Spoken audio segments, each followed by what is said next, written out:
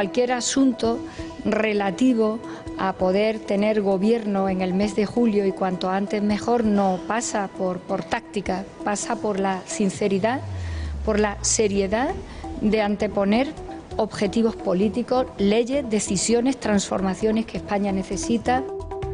Buenas noches. Pablo Iglesias mendiga el amor de los socialistas. El dirigente de Podemos mantiene su capricho de sentarse en varias sillas ministeriales, en entrar en el Consejo de Ministros. Iglesias pide a Sánchez que someta en la primera votación de la sesión de investidura un gobierno de coalición entre ambos. Prosigue afirmando que si el candidato socialista no sale investido presidente el 23 de julio, ya reconsideraría sus exigencias de cara a la segunda votación que se produciría 48 horas después, el 25 de julio.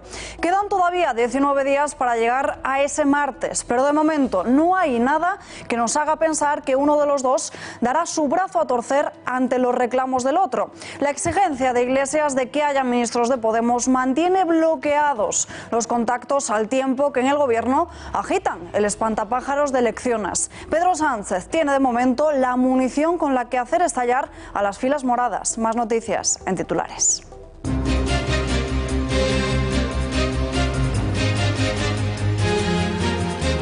Pedro Sánchez arrasaría en las urnas si a día de hoy se produjeran unas elecciones en España. Subiría hasta casi 10 puntos en intención de voto con respecto a los comicios del 28 de abril. La papeleta socialista sería la escogida por casi un 40% de los españoles. Refleja lo que realmente quiere el presidente del Gobierno, que no es otra cosa que la convocatoria de elecciones, que llevarnos a los españoles a las terceras elecciones en un solo año. La Fiscalía archiva la denuncia contra Ortega Smith por denunciar la invasión islamista. Musulmanes contra la islamofobia presentaron una querella contra el número 2 de Vox por unas declaraciones en las que denunciaban la invasión islamista como enemigo común de Europa. Hablaremos con el secretario general de Vox en este informativo. La contaminación aumenta en el 80% de los medidores de Madrid. La calidad del aire, el nivel de polución ha empeorado desde que se pusiese en marcha Madrid Central el pasado 30 de noviembre de 2018. El nuevo gobierno de Martínez Almeida, en plena moratoria del plan, estudia otras medidas alternativas. Muy importante, 19 de los 24 distritos, estamos hablando del Pardo, estamos hablando de Vallecas, estamos hablando de Plaza Elíptica, sus estaciones empeoraron sus mediciones de contaminación. Plaza del Carmen, que es la única que está en Madrid Central, no, pero el resto sí. La juez que investiga la muerte del pequeño Julen en Totalán considera que el dueño de la finca cometió un delito de homicidio imprudente grave. La titular de instrucción de Málaga observa que el dueño de la finca dejó abierto el pozo por el que se cayó el niño. Concluida la fase de instrucción, se da ahora un plazo de 10 días para que las partes soliciten la apertura del juicio oral o el sobreseimiento de la causa. Hallados huesos en la fosa de las niñas de Alcácer. En un primer momento se pensó que pertenecían a animales, pero el Instituto de Medicina Legal de Valencia ha determinado el origen humano de esos restos. Fue una pareja la que después de ver un documental del caso se dirigió a esa fosa y encontró esos huesos, aparentemente 4 falanges. Onorevole Sassoli, 345 voti.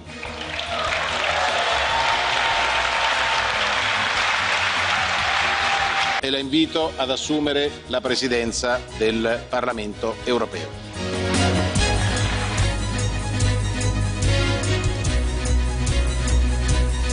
Lo acaban de escuchar el italiano y socialdemócrata David Sassoli, nuevo presidente del Parlamento Europeo. Con 345 votos a favor, el candidato de los socialistas europeos se ha impuesto en una segunda votación para dirigir la Eurocámara. Analizaremos su perfil y también el del resto de los nuevos presidentes de las instituciones comunitarias en unos minutos.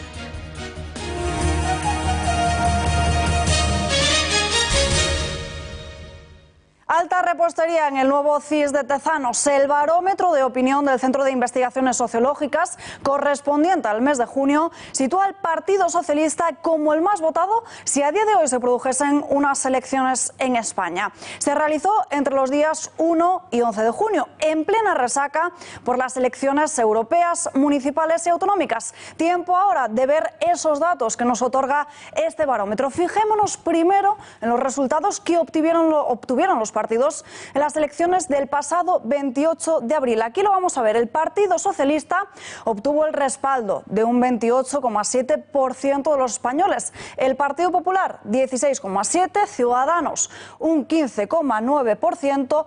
Podemos, un 14,3% y Vox, un 10%. Según este CIS, los socialistas seguirían siendo los más votados, pero atención, espectacular subida, más de 10 puntos que hacen que el Partido Socialista conseguiría que un 40%, disculpen, de los españoles votasen a Pedro Sánchez. El Partido Popular, por su parte, cae desde los 16, aquí lo van a ver, hasta un 13,7% en intención de voto. Y ojo, porque no se mantienen en segundo lugar y caería hasta una tercera posición porque por detrás de Ciudadanos, ya que el partido de Albert Rivera conquistaría a un 15,8% de los españoles. Como vemos, se mantiene, bajaría una décima únicamente. Otro que también cae, Podemos, que baja, aquí lo vamos a ver, hasta un 1,5 puntos. Vox, por su parte, vería su representación parlamentaria reducida a la mitad, de un 10 a un 5%. Hay quien asegura que este panorama del que habla Tezanos es una estrategia de presión al resto de partidos para no abocar a España a unas nuevas elecciones. Dejando a un lado la intención de voto, el CIS también pone nota a nuestros políticos. Quedarían en el siguiente orden que van a ver: Pedro Sánchez, Albert Rivera, Pablo Iglesias, Pablo Casado y Santiago Abascal. Como ven, el orden de puntuación no se corresponde al número de votos que después recibirían sus partidos. ¿Quieren saber quién aprueba? Pues vamos a verlo, porque nadie se hace con el 5. Pedro Sánchez se queda exactamente a 2 décimas, un 4,8. Le sigue Albert Rivera con un 3,8, un punto menos. En tercera posición, Pablo Iglesias, un 3,4, misma puntuación que recibe el dirigente del Partido Popular, Pablo Casado. Y en último lugar, el líder de Vox, Santiago Abascal, con un 2,6. Como vemos, nadie aprueba. Intención de voto, valoración de líderes, y este CIS también muestra cuáles son las principales preocupaciones de los españoles. El empleo, el paro, como no, encabeza la lista de inquietudes, de que a juicio de un 62,5%. A la mitad, exactamente un 32%, ahí lo ven, le preocupan los políticos, los partidos y la política en general. Le sigue muy de cerca, a escasos 7 puntos, la corrupción, exactamente un 25,7%. A otro 25% le pone muy nervioso, muy inquietos, los problemas de índole económica. Y la vivienda es otra de las principales preocupaciones de los españoles. Cada vez es más caro alquilar o comprar. Pero fíjense en el siguiente dato. Es curioso cuanto menos, porque a la cifra de los españoles que les gustaría adquirir una vivienda, a 8 de cada 10. La mitad de los españoles que viven de alquiler lo hacen porque no tienen ingresos suficientes para comprar una casa. Bueno, este CIS aterriza en los diferentes partidos políticos con sentimientos muy diferentes de una bancada a otra, donde unos muestran alegría, otros se preocupan, no se creen los datos, incluso hay quien ve una declaración de intenciones en toda regla. Los españoles han dicho en las encuestas lo mismo que dijeron en las urnas. Quieren un gobierno del Partido Socialista. Los ciudadanos y las ciudadanas de este país quieren un gobierno liderado por el Partido Socialista y Pedro Sánchez Pérez Castejón. Bueno, es una encuesta más, ahí está. Vamos a ir viendo. Lo que sería muy peligroso es que el PSOE se crea esas encuestas y piense que eso puede ser una buena motivación para ir a elecciones. Yo creo que en estos momentos lo importante es empezar a dar respuesta a los problemas que tiene el país y no especular con los resultados de la encuesta de Tezanos. Permítanme la ironía, porque nosotros no seguimos, no le vamos a dar credibilidad a las encuestas del señor Tezanos, aunque nos den a nosotros como segunda fuerza. Las encuestas que nos sirven son las que dan los ciudadanos, son las de las pasadas elecciones, en las cuales pasamos de 32 diputados a 57 diputados, y esa es la senda que vamos a seguir trabajando para crecer, para seguir representando a todos. Refleja lo que realmente quiere el presidente del Gobierno, que no es otra cosa que la convocatoria de elecciones, que llevarnos a los españoles a las terceras elecciones en un solo año. Y eso es lo que podemos decir. Creo, además, que claramente nos sitúa mal el CIS, porque el presidente del Gobierno no quiere que sigamos ejerciendo esta oposición que ha permitido unos buenos resultados el 26 de mayo y que está consolidando al Partido Popular como la única alternativa posible al Gobierno de Pedro Sánchez. La negociación entre Partido Socialista y Podemos ha encallado a cuenta de las exigencias de estos últimos de cargos ministeriales. Quedan todavía 19 días para que se produzca la primera votación de la investidura de Sánchez en el Congreso de los Diputados, pero de momento no hay indicios de que Iglesias ceda antes de esa fecha. Si el martes 23 Pedro Sánchez no consigue ser presidente, el dirigente morado admite que revisará su exigencia de ministerios y renunciaría a su demanda de gobernar. Queremos que sea en julio. Llevamos 2 meses queriendo sentarnos a negociar con el Partido Socialista 5 ejes de política social para un acuerdo integral de gobierno. Pero Sánchez me ha dicho todas las veces que hemos hablado durante el mes de junio que apostaría por un gobierno de coalición con nosotros si sus diputados y los nuestros sumaran mayoría absoluta en el Congreso. Pero al no sumar juntos esa mayoría, me decía el presidente, sería casi imposible lograr los apoyos suficientes para sacar adelante la investidura. Para Pedro Sánchez, un acuerdo de coalición con nosotros situaría la obtención de apoyos para la investidura más lejos que un acuerdo de colaboración parlamentaria. Si se verifica la hipótesis del Partido Socialista y la investidura no sale adelante tras presentar un acuerdo integral de gobierno de coalición, nosotros nos comprometemos a revisar nuestra posición. Carta abierta al candidato socialista en la que reta a Sánchez a someter la votación en el debate esa propuesta de gobierno de coalición con la promesa de que si es rechazada la postura de Iglesias cambiaría por completo. Misiva ante la que el actual Ejecutivo en funciones ya ha respondido pidiendo que se dejen de juegos de sillas. Cualquier asunto relativo a poder tener gobierno en el mes de julio y cuanto antes mejor no pasa por táctica, pasa por la sinceridad, por la seriedad de anteponer objetivos políticos, leyes, decisiones, transformaciones que España necesita, resolver problemas que tenemos planteados antes que otro tipo de estrategia. Así que nosotros pensamos que se trata de seguir avanzando en estas semanas.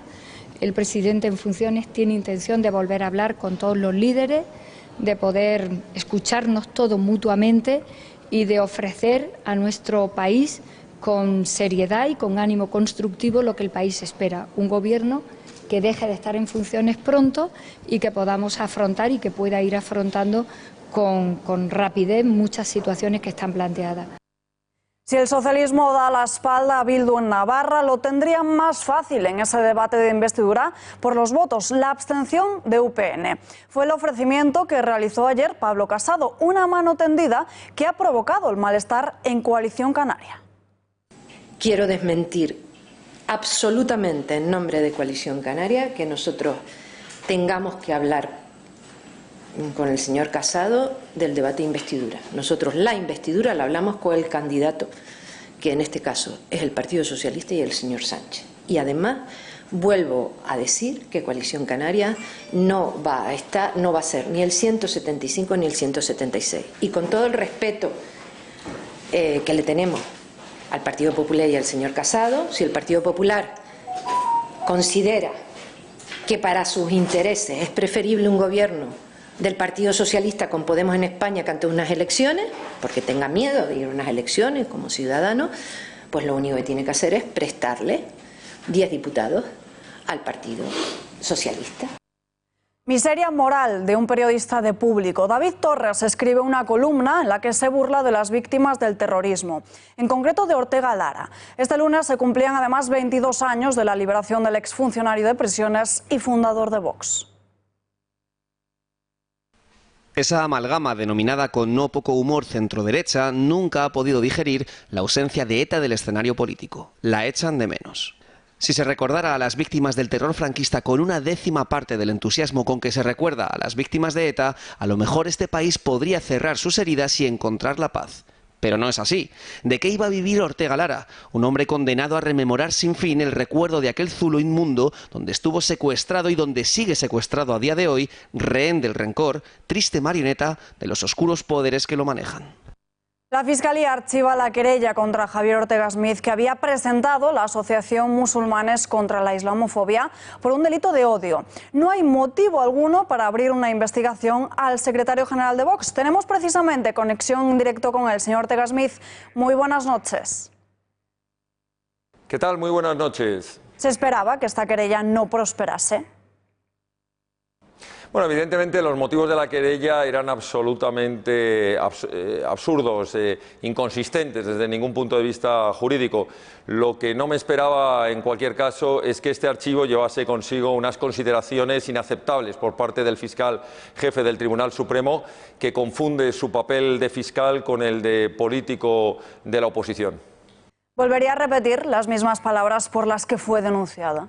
Volvería a repetir, y ya lo he repetido y lo voy a seguir repitiendo, el gran peligro de Europa, el gran peligro de España es la invasión islamista, es el peligro contra la libertad, es el peligro contra la democracia, es el peligro contra las mujeres, es el peligro contra las familias, porque evidentemente, lo diremos una y mil veces, quienes no quieran verlo se están suicidando. Europa, España no pueden aceptar de ninguna manera que esa invasión, a veces no tan silenciosa como algunos creen, pueda poner en riesgo nuestra libertad. Hay que combatir al islamismo totalitario, hay que combatir a los amigos de los terroristas, de los yihadistas y de la imposición islamista. ¿Sigue siendo a día de hoy la inmigración un problema para España y por ende también para Europa? No, la inmigración nunca ha sido un problema para España. Lo que está siendo un problema para España es la inmigración ilegal. Lo que está siendo un problema para España es la presión de las mafias del tráfico de las personas, Soros y compañía, acompañados por aquellos que han creído que Europa tenía que bajar la guardia, romper sus fronteras, abrir las puertas para que otros pudieran hacer el negocio del tráfico de las personas. La inmigración, cuando es legal, cuando es ordenada, cuando es posible y cuando es integrable, que es lo que siempre hemos defendido desde Vox, porque España es un país de emigrantes, nadie nos va a dar lecciones. España emigró a las Américas, España emigró por Europa, pero cuando la inmigración se hace respetando al país de acogida, respetando sus leyes, sus fronteras, sus costumbres, no viniendo a imponer las costumbres de otros, no viniendo a golpear y a asaltar nuestras fronteras, a escupir a nuestros agentes, a pisotear nuestra ley. Por tanto, defenderemos siempre una inmigración responsable, combatiremos siempre la inmigración ilegal y sus consecuencias. ¿Cómo se han tomado desde Vox el artículo de David Torres en público en el que ataca a Ortega Lara? ¿Van a tomar algún tipo de medida? Bueno, en España hace ya mucho tiempo que hay que distinguir entre lo que es periodismo de bajo nivel con lo que es una auténtica bazofia pseudo-periodística. Y este medio de comunicación no es más que una bazofia indigna, y no voy a hacer más comentarios que decir que ni los considero periodistas ni los considero un medio de comunicación y, por supuesto, si vuelven a pasar la línea de lo aceptable, nos verán en los tribunales. Última pregunta obligada del día. ¿Nueva alta cocina de Tezanos? ¿Qué valoración hace de este nuevo CIS? Bueno, esto es una nueva entrega de los panfletos de Tezanos. Tezanos hace panfletos, hace recetas de cocina y de vez en cuando quiere camuflarlas como si fueran encuestas. No son encuestas, no son baremos fiables y, por supuesto, no nos afectan ni para lo bueno ni para lo malo. Ni cuando dice que vamos a tener un buen resultado, con lo cual lo que está intentando es, de alguna forma, desincentivar el voto, pensando que todo está ganado ya, para luego decir que no hemos sacado los 80 diputados que nos decía Tezanos y decir que nuestros 24 diputados nacionales han sido un fracaso, ni cuando hace lo contrario, cuando dice que vamos a tener pocos para que a algunos les entre el miedo y empiecen a hablar del voto útil. Nosotros seguimos adelante, las encuestas, las únicas que nos importan es la de todos los días en la calle, donde cada vez más españoles se sienten identificados por el mensaje de Vox, cada vez tenemos más apoyo y si por algunos fueran, Vox habría desaparecido hace 5 años. Creyeron que íbamos a cerrar a partir de las elecciones europeas del 2014, se han equivocado, se equivocaron también con las elecciones andaluzas, se equivocaron con las elecciones generales y se seguirán equivocando, porque lo que no quieren entender algunos es que Vox no ha venido para ocupar unos determinados puestos en las instituciones, ha venido a cambiar España de arriba abajo, una auténtica revolución, y eso no lo va a parar nadie. Este movimiento de españoles dispuestos a defender la patria es imparable, le guste a Tezanos o no. Javier Ortega Smith, gracias y buenas noches. Muchas gracias a ustedes, como siempre, por su atención. Muy amables, buenas noches. En Murcia, Vox ha frenado la investidura del candidato popular a la presidencia. Tras el desprecio de Ciudadanos, todo sale según lo previsto y los 4 diputados de Vox votaban en contra de la designación del popular Fernando López de Miras. Desde el Partido Popular piden que no se les responsabilice de la falta de voluntad de otros para llegar a acuerdos. Vemos que en algunas regiones de España pues, no se toma nota de lo que está funcionando aquí en Andalucía. La verdad que es preocupante, pero lo que sí creo que es destacable es que no se le puede achacar a nuestra formación la falta de voluntad a la hora de intentar llegar a acuerdos, y creo que además en ese sentido seguimos siendo bastante generosos, ¿no?, a la hora de tender nuestra mano a otras fuerzas. Son otros los que no quieren cogernos la mano, ¿no? El portavoz parlamentario de Vox en Andalucía también ha dedicado unos minutos a comentar el estado del juez Serrano. Como saben, el líder del partido en Andalucía se encuentra de baja por motivos de salud. Esperan que dentro de unos meses pueda volver a la primera línea de la política. Está evolucionando razonablemente y nosotros, bueno, pues esperamos, por supuesto, que se reincorpore en el momento en que se encuentre con fuerzas para ello. Sí, bueno, yo entiendo que el tema ha quedado zanjado con las declaraciones que realizó nuestro presidente nacional el pasado fin de semana en un medio nacional, y efectivamente, bueno, pues el mensaje es que como se ha mantenido por parte del partido en todo momento, nosotros acatamos y respetamos las resoluciones judiciales. Jordi Cuixart no se arrepiente y vuelve a llamar a la desobediencia. El presidente de Òmnium Cultural va a publicar el lunes 8 de julio el libro Lo volveremos a hacer, cuando la injusticia es la ley, la desobediencia civil es un derecho. De nuevo, el separatista no cesa en su empeño de reafirmarse en su propaganda ideológica, por lo que ha trascendido y ha salido a la luz, según la asociación que preside, se reafirma en su alegato final del 1 de octubre. Continúan los enfrentamientos en Cataluña. Seguramente recuerden el caso de una niña supuestamente agredida en un colegio de Tarrasa por dibujar una bandera de España. Nuestro compañero Kake Minuesa ha estado allí para saber qué es lo que sucede realmente, si hay o no hay adoctrinamiento. De nuevo, Kake ha vuelto a vivir la violencia separatista en primera persona esta noche al completo en El Gato al Agua.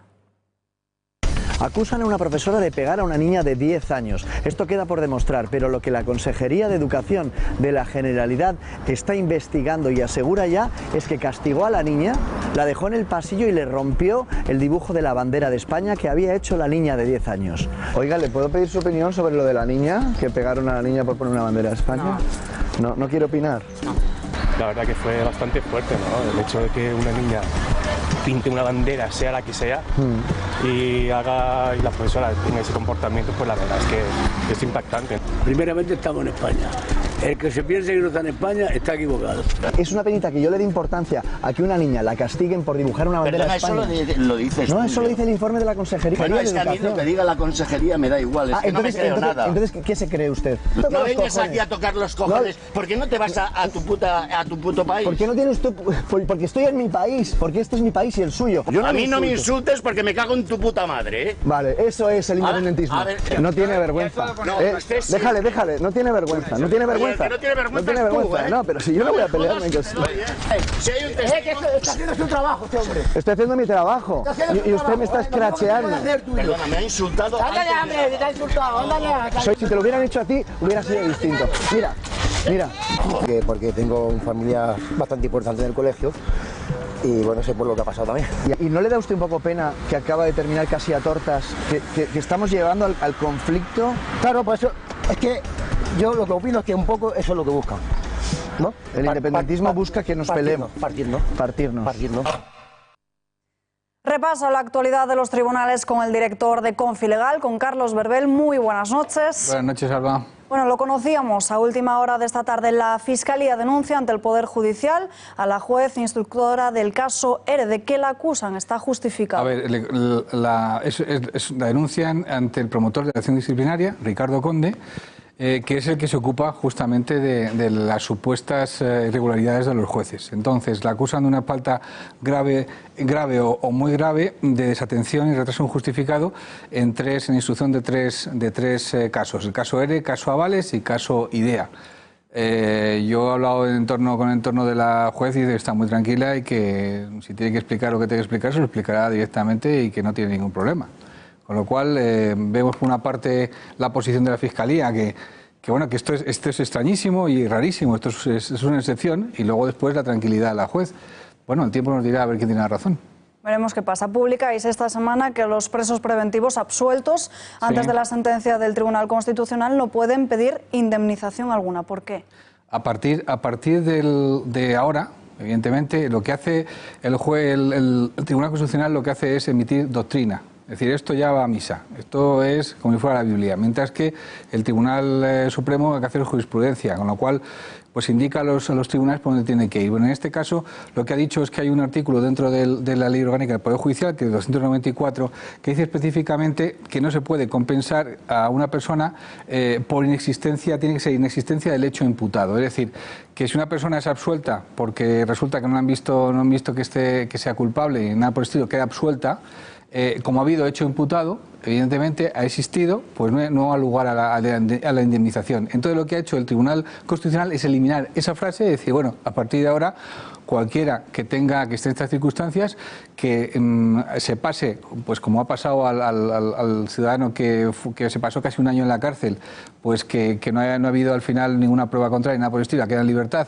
aunque hubiera hechos, tiene derecho a pedir una indemnización. Ahora mismo, la persona que se vea objeto de un error judicial o que haya habido dilación, se dice retraso en la instrucción de su caso, puede pedir una compensación. Pero esta vía estaba cerrada hasta ahora. Ahora que ha suprimido el Tribunal Constitucional esa frasecita, pues de ahora en adelante se supone que cualquiera que se vea en esa circunstancia puede hacerlo. Seguimos hablando del separatismo porque la Audiencia Nacional ratifica su competencia para juzgar a Trapero y a la cúpula de los Mossos del 1 de octubre. ¿Por qué querían los independentistas llevar la causa a Cataluña? A ver, porque ellos decían que en la regulación que rige en la Audiencia Nacional no queda claro que tanto la rebelión como la sedición sean competencia de Audiencia Nacional. Pero ya el autor del auto, Ramón Sáenz de Valcárcel, dice que sí, que evidentemente tanto la rebelión como la sedición son competencia de Audiencia Nacional y cuando ocurre una cosa de esas en cualquier parte del territorio nacional tiene que venir aquí a la Audiencia Nacional. Con lo cual estamos jugando continuamente al ratón y al gato. Ahora vamos por aquí, ahora vamos por allá.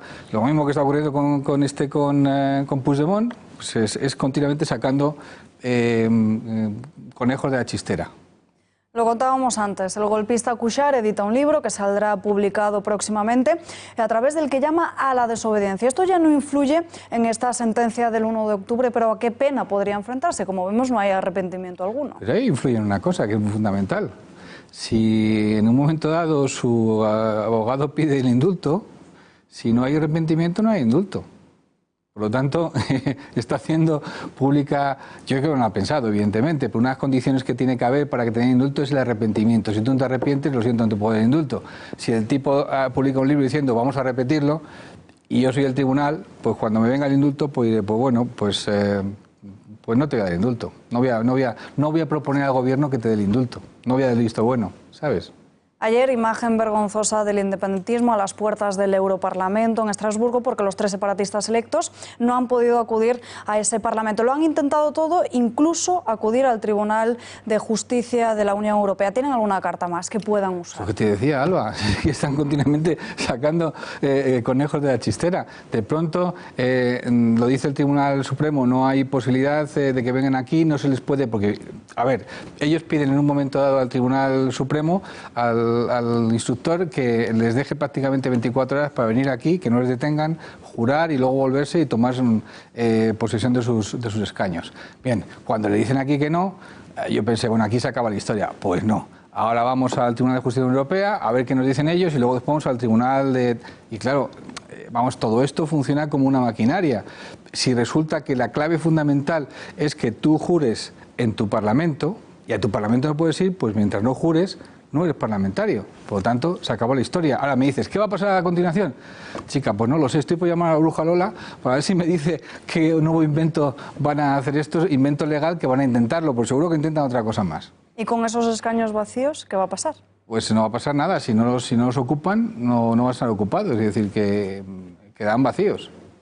Bueno, muchos medios especulan estos días, en base a un auto del Supremo, que las condenas pueden ser bastante elevadas. ¿Crees que esto es así? ¿Van a tener una condena realmente amplia? No lo sé, fíjate, porque la cosa está entre la rebelión y la sedición. Y hay una cosa que es fundamental, yo creo, y yo creo que el tribunal lo va a valorar muchísimo.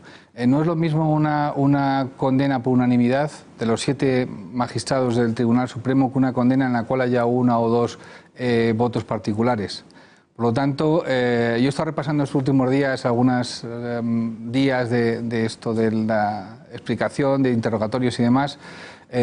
Yo no me arriesgaría a decir que va a haber una condena fuerte, ¿vale? Sí me arriesgo a decir que pocas veces ha habido un juicio tan sumamente claro y transparente como este.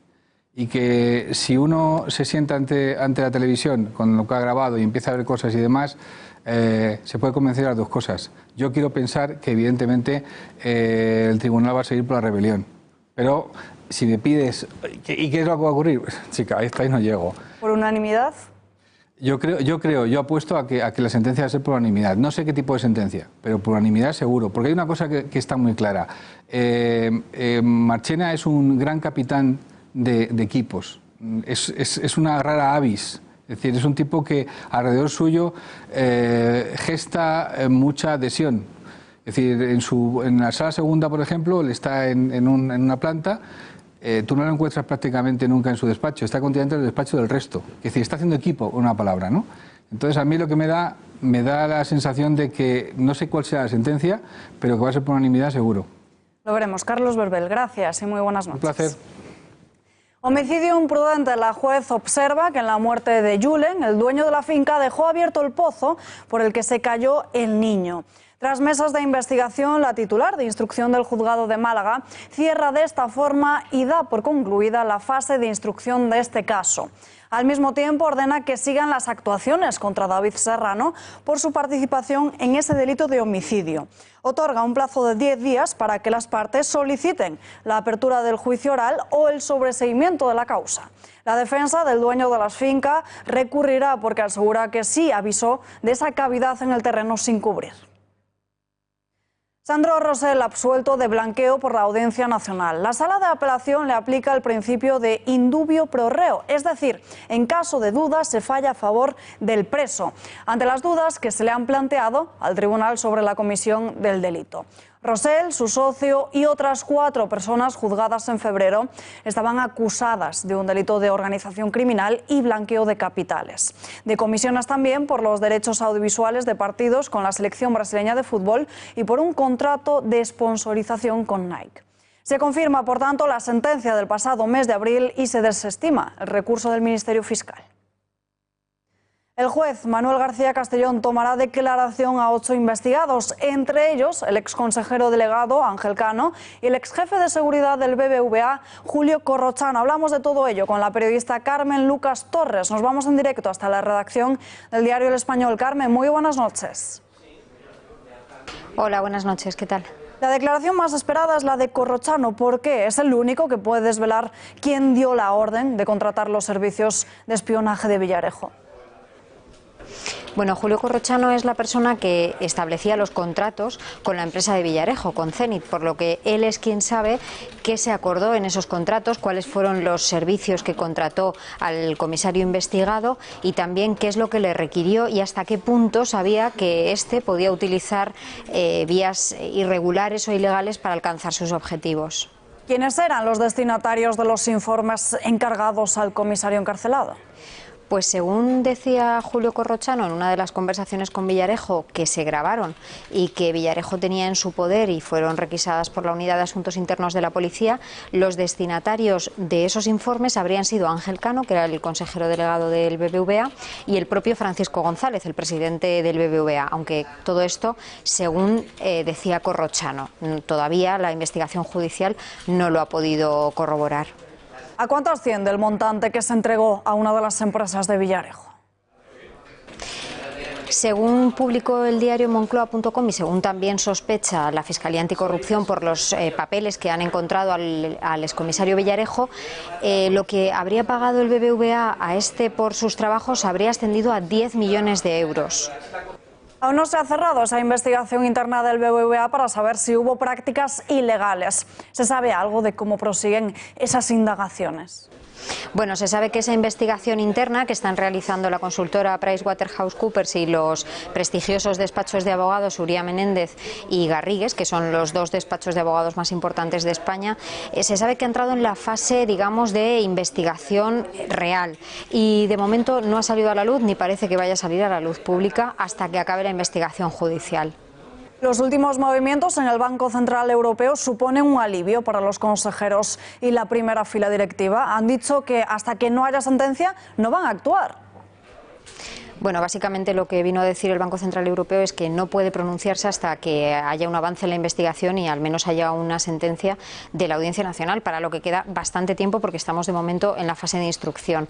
Además, todo esto no ha interferido digamos, en el día a día del banco, no ha tenido ninguna repercusión para los clientes, ninguna repercusión económica, por lo tanto sería aventurado hacer cualquier valoración por parte del Banco Central Europeo sobre algo que está en fase de instrucción, por lo que parece que sí, que los consejeros del banco pueden estar tranquilos en este sentido. Carmen Lucas Torres, gracias y muy buenas noches. Gracias. Desde que el plan Estrella para reducir la contaminación del aire de Madrid entrase en vigor, el 80% de las estaciones de medición registraron niveles más elevados que nunca. Un hecho que hace preguntarnos si delimitar el área de conducción es realmente eficiente. Inauguramos Madrid Central, venga vale, meses después lo cancelamos y que circulen todos otra vez, que si la calidad del aire había mejorado y ahora los recién llegados dicen que no, que es mentira. Con este tuit, el nuevo alcalde de Madrid, José Luis Martínez Almeida, se ha defendido de los que le acusan de querer acabar con las medidas estrellas de Manuela Carmena. No voy a aceptar ni una sola lección de la izquierda en la lucha por la calidad del aire. En los 4 años de Carmena y en los 9 meses de Madrid Central, la contaminación ha aumentado en 19 de las 24 estaciones de medición de la ciudad de Madrid. Aquí están los datos. En un comunicado oficial, el Ayuntamiento del Popular destaca, como ven, que la calidad del aire ha empeorado en 19 estaciones de contaminación desde el comienzo de Madrid Central, en noviembre y hasta el mes de junio. ¿Dónde sube más la polución? El Pardo, Casa de Campo, Plaza de España, San Chinarro, Villaverde, Plaza Elíptica y en Sánchez de Vallecas. Sus estaciones empeoraron sus mediciones de contaminación. Plaza del Carmen, que es la única que está en Madrid Central, no, pero el resto sí. Muchas de estas zonas están en la periferia, lo que confirma que Madrid Central no alivia a la mayoría de la población. La vicealcaldesa Begoña Villacís, además de defender a su compañero de gobierno, ha hablado sobre la moratoria de las multas de Madrid Central. Lanzar un mensaje, el mensaje que llevo lanzando todos los días, que me parece que es muy importante, que es tratar de animar a la gente que usen el transporte público. Insisto, no es bueno venir al centro en coche. La Unión Europea exige resultados en relación a la contaminación y desde el Gobierno central han querido recordárselo al nuevo alcalde. La Comisión considera que esto es una provocación, que un nuevo alcalde plantee una reversión de estas características frente a un tema que afecta a la salud de los ciudadanos y que incumple manifiestamente las obligaciones de derecho comunitario, pues es preocupante. Veremos cómo acaba la lucha del quién contamina más. Tercer día de julio y son muchos los que, si no la han preparado ya, están ultimando la maleta para disfrutar de sus vacaciones. Algunos lo harán en España. El Ministerio de Industria, Comercio y Turismo prevé que en los meses de verano España vuelva a batir récord en la llegada de turistas internacionales y también en el gasto que vayan a realizar en sus destinos. Durante este mes y el de agosto y septiembre se espera que sean cerca de unos 30 millones de extranjeros los que escojan nuestro país como principal destino para sus vacaciones y que lo hagan además con un desembolso de 33 millones de euros, mucho más que nunca. Se va a alcanzar un nuevo récord en llegadas de turistas internacionales, superando los 29,6 millones de euros, que sin duda sitúa a esta industria turística como un motor de la creación de riqueza y de empleo en este país. Más de 20 años después del crimen de Alcácer, encuentran junto a esa fosa restos humanos. Hasta hace 9 días, una pareja, después de haber visto un documental sobre el caso, se dirigió hasta el barranco de la Romana, en Tous, lugar en el que se encontraron los cuerpos de Miriam, Toñi y Desiré, donde fueron violadas, asesinadas y enterradas en el año 92. Encontraron una falange, escarbaron un poco más y hallaron 3 trozos más de hueso que llevaron al cuartel de la Guardia Civil de Oliva. En un primer momento se pensaron que podría tratarse de huesos de un animal, pero el Instituto de Medicina Legal de Valencia ha determinado el origen humano de esos restos, pero no ha podido estimar con exactitud la edad o el sexo. La Fiscalía dice que hubo abuso, no violación, en la manada de Manresa. El organismo público ha solicitado para los 7 acusados penas de 10 a 12 años de cárcel por un delito de abusos sexuales, al considerar que la víctima, que estaba bajo los efectos del alcohol y las drogas, no opuso resistencia. Los Mossos intentan contener a este hombre. Es el tío de la víctima de la manada de Manresa. Otra manada más en la que 6 hombres sudamericanos están acusados de haber violado a una niña de tan solo 14 años en una caseta abandonada durante un botellón en octubre de 2016. Por ello, desde primera hora de la mañana, familiares de la víctima mostraban su descontento con la decisión del fiscal tras calificar los hechos ocurridos como abusos y no como agresión sexual. Unas penas que oscilan entre los 10 y los 12 años de cárcel, las máximas dentro de esa calificación. Sin embargo, esta es una condena que podría cambiar la Fiscalía si lo considera oportuno cuando sea el turno de la declaración por parte de la víctima y los testigos. Mañana se reanudará el juicio y los familiares de la víctima han dicho que volverán a la carga porque no van a parar hasta que no haya justicia. Para susto, el que se ha llevado una tripulación de un avión que volaba de Fuerteventura a Santiago de Compostela por un aviso bomba. Se trataba de una falsa alarma que recibieron cuando la nave de la compañía Vueling ya se encontraba en la pista, preparada para despegar. Una de las azafatas entregó al comandante una nota de papel en la que se avisaba de la existencia de un artefacto con glicerina.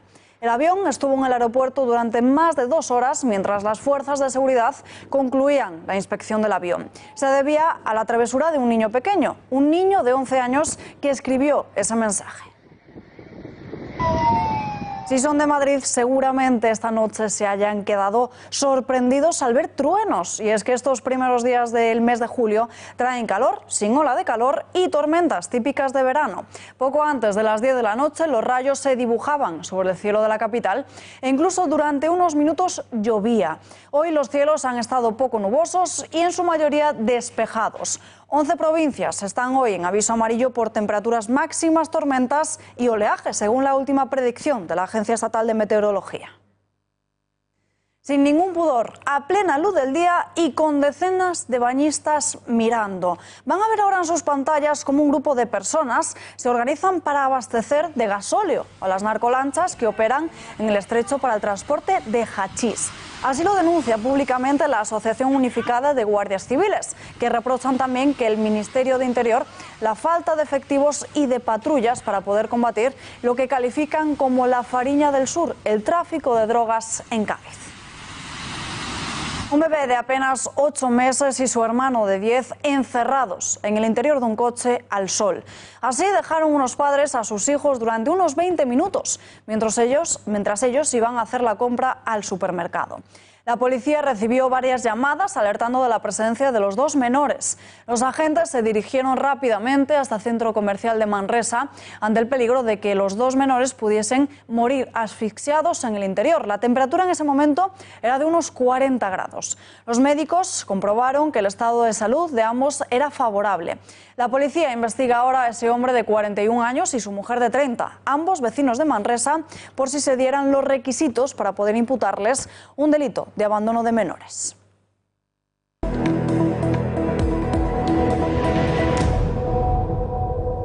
El consenso llegaba por fin ayer al Parlamento Europeo en cuanto a la designación de los candidatos que estarán los próximos 5 años al frente de las instituciones comunitarias. Hoy se ha votado al presidente de la Eurocámara, David Sassoli, un italiano que pasa del mundo periodístico a Bruselas.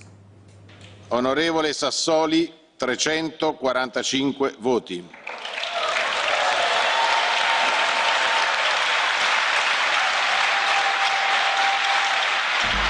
David María Sassoli es el nuevo presidente del Parlamento Europeo tras obtener mayoría absoluta en la segunda votación con los apoyos de socialistas, populares y liberales. Estos dos últimos grupos renunciaron a presentar a sus candidatos con el fin de obtener otros cargos. El periodista italiano, miembro de la familia socialdemócrata europea, ostentaba una de las 14 vicepresidencias de la Cámara en la anterior legislatura. Obtener la presidencia del Parlamento Europeo podría considerarse un éxito para Italia, pero en este caso más bien significa un revés a sus políticas, pues el perfil ideológico de Sassoli dista muchísimo de las posiciones euroescépticas de los líderes italianos. El punto en el que más se evidencia las diferencias entre el ministro de Interior italiano Matteo Salvini y Sassoli es en política migratoria. En cuanto al resto del reparto de poder en la Unión Europea, el Partido Popular Europeo, primera fuerza en las pasadas elecciones, se ha hecho con la presidencia de la Comisión Europea, que será dirigida por la ministra de Defensa alemana, Ursula von der Leyen, si consigue el aval del Parlamento. También ha conseguido el Banco Central Europeo, que será presidido por la francesa Christine Lagarde, actual directora del Fondo Monetario Internacional. Una gran victoria no solo para el Partido Popular Europeo, sino también para Alemania y Francia, que colocan a uno de los suyos en los puestos más relevantes de la Unión Europea. El grupo de socialistas y demócratas europeo, que fue el segundo partido más votado, no ha salido muy bien parado en los acuerdos a pesar del resultado electoral. Solo ha conseguido repetir en el puesto de alto representante para la política exterior, con el ministro de Exteriores en funciones español, Josep Borrell, si la Eurocámara le ratifica. Mire, los hearings en el Parlamento Europeo no son una formalidad. Son un examen que hace el Parlamento Europeo a las capacidades y conocimiento de los candidatos, y no sería yo he visto rechazar a candidatos en el Parlamento Europeo. A pesar de la presidencia de David Sassoli en el Parlamento Europeo, el gran parapalo para los socialdemócratas ha sido la no elección de Frans Timmermans como líder de la Comisión Europea, a pesar de los pactos de la conservadora Merkel en el G20, que fueron rechazados por el Partido Popular Europeo. El grupo de la Alianza de Demócratas y Liberales, que quedó en tercera posición, ostentará el Consejo Europeo, en la persona de Charles Michel, primer ministro de Bélgica en funciones. La tercera familia europea, cuyas negociaciones han sido dirigidas por Macron, se ha aprovechado de la no mayoría absoluta de populares y socialdemócratas para arañar un buen puesto. Tiempo de analizar el nombramiento de Christine Lagarde. Se convierte así en la próxima aspirante a sustituir a Mario Draghi a la cabeza del Banco Central Europeo tras el próximo 31 de octubre. Xavier Cajo, periodista y director de Pulso Económico. Muy buenas noches. Buenas noches, Alba. Bueno, ¿este nombramiento va a ser bueno para España? En el corto plazo no puede ser malo, porque Mario Draghi ha dejado todo atado y bien atado hasta el último trimestre del año que viene, ¿no? Entonces veremos de verdad qué impulso trae Christine Lagarde. Lo que pasa es que este reparto de cargos entre Alemania y Francia, Francia y Alemania, yo me quedo en la Comisión Europea, tú te quedas el Banco Central Europeo, pues es un poco cuestionable. ¿Por qué? Pues hombre, porque Christine Lagarde, que es una mujer muy inteligente y lo ha demostrado en el Fondo Monetario Internacional, el Fondo Monetario no tiene nada que ver, no es una entidad homóloga al Banco Central Europeo, sería la Reserva Federal Norteamericana, un organismo, digamos, homólogo al Banco Central Europeo. El fondo es otra cosa. Y luego, en el dramatis personae de la señora Lagarde, pues pesa un asunto de supuesta corrupción bastante serio que la llevó a ser condenada incluso cuando era ministra de Economía en Francia por haber prestado 400 millones de forma un poco dudosa, un poco favorecedora a Bernard Tapie, el empresario que fue gran amigo de Sarkozy, que era el patrón mayor del gobierno francés en el tiempo en el que Christine Lagarde era ministra de Economía. Y, hombre, pues esto es bastante feo, ¿verdad?, que alguien con ese pasado pues ahora esté al frente del Banco Central Europeo. Lo peor para mí es que esta mujer no tiene experiencia en el sector, digamos, de la gran banca, en el sector monetario. No es como Draghi, que había sido gobernador del Banco de Italia, no es como Draghi, que venía de bancos de negocio internacionales como Goldman Sachs, No es como Draghi, que viene del Instituto de Tecnología de Massachusetts y después de honores y grados en universidades como la Sapienza en Roma o Florencia.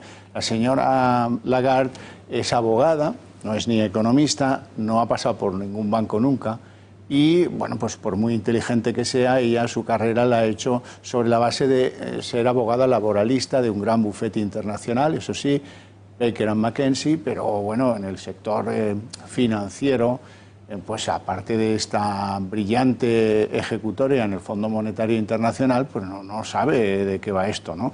Entonces, bueno, pues esos son los dos elementos. Uno, digamos, de la configuración de esta señora, política y solo política. Y luego, además, pues ella ha sido siempre una figura en alza sobre la base de que un Sarkozy quería llevar una ministra de Economía al G20 y le sirvió la candidatura de Christine Lagarde y la hizo ministra de Economía en Francia, ¿no? Y ahora, pues también su gran activo es que es una mujer la que llega al Banco Central Europeo. Pero bueno, más allá de eso, si vienen dificultades en el futuro para las economías europeas, vamos a querer tener un Draghi que tenga un plan y que lo aplique con firmeza y con claridad de ideas. España se benefició y mucho de las ideas de Draghi, nos vinieron estupendamente, no solo España, sino otros países, y veremos qué da de sí Christine Lagarde, que está todo por probarse en esa materia. ¿Se subirán los tipos de interés? Bueno, pues Alemania quería un halcón más duro en el Banco Central Europeo y la gran duda es precisamente eso.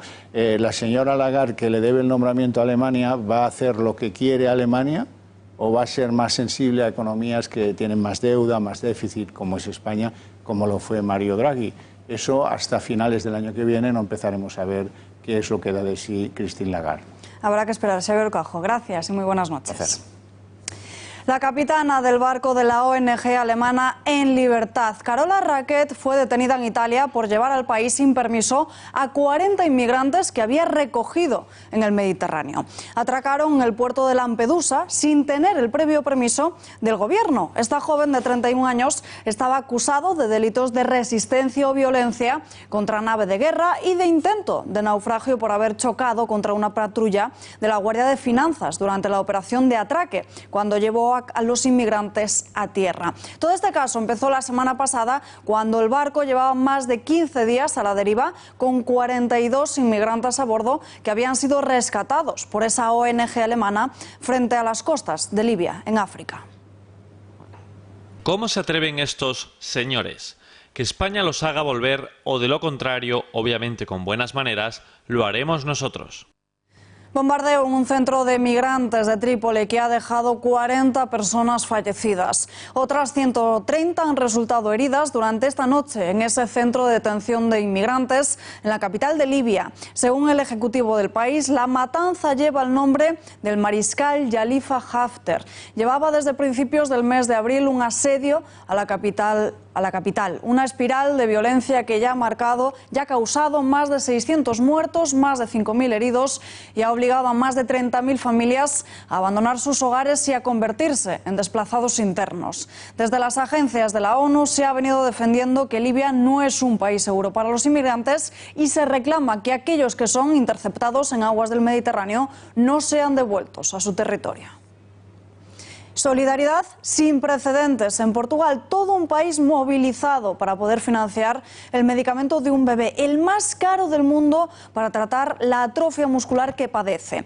En menos de 2 meses, los padres de Matilde han conseguido reunir los casi 2 millones de euros que cuesta este fármaco. Esta pequeña fue diagnosticada al nacer con una atrofia muscular espinal de tipo 1, la versión más grave, que afecta a todos los músculos del cuerpo y que causa pérdida de fuerza, parálisis progresiva y pérdida de las capacidades motoras. Los padres lanzaron una campaña en las redes sociales para cubrir el valor de 1.900.000 euros que cuesta el Zodesma, el medicamento aprobado en Estados Unidos. El dinero sobrante que han conseguido será donado a otras familias que estén pasando por una situación similar.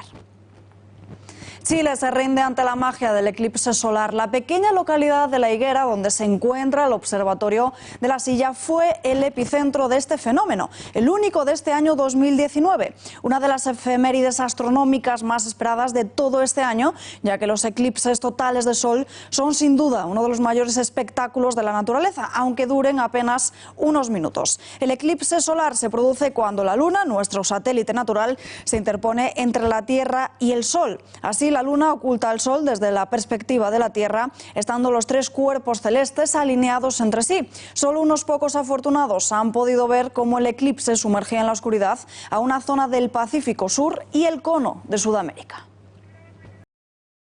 Y nosotros nos despedimos ya, pero les dejamos como siempre con el noticiero de 1936 y después el gato al agua. Ya saben que pueden seguir informados en el Toro TV, nuestra página web, en eltorotv.com. Volvemos mañana a las 8:30 con más información. Gracias por acompañarnos. Muy buenas noches.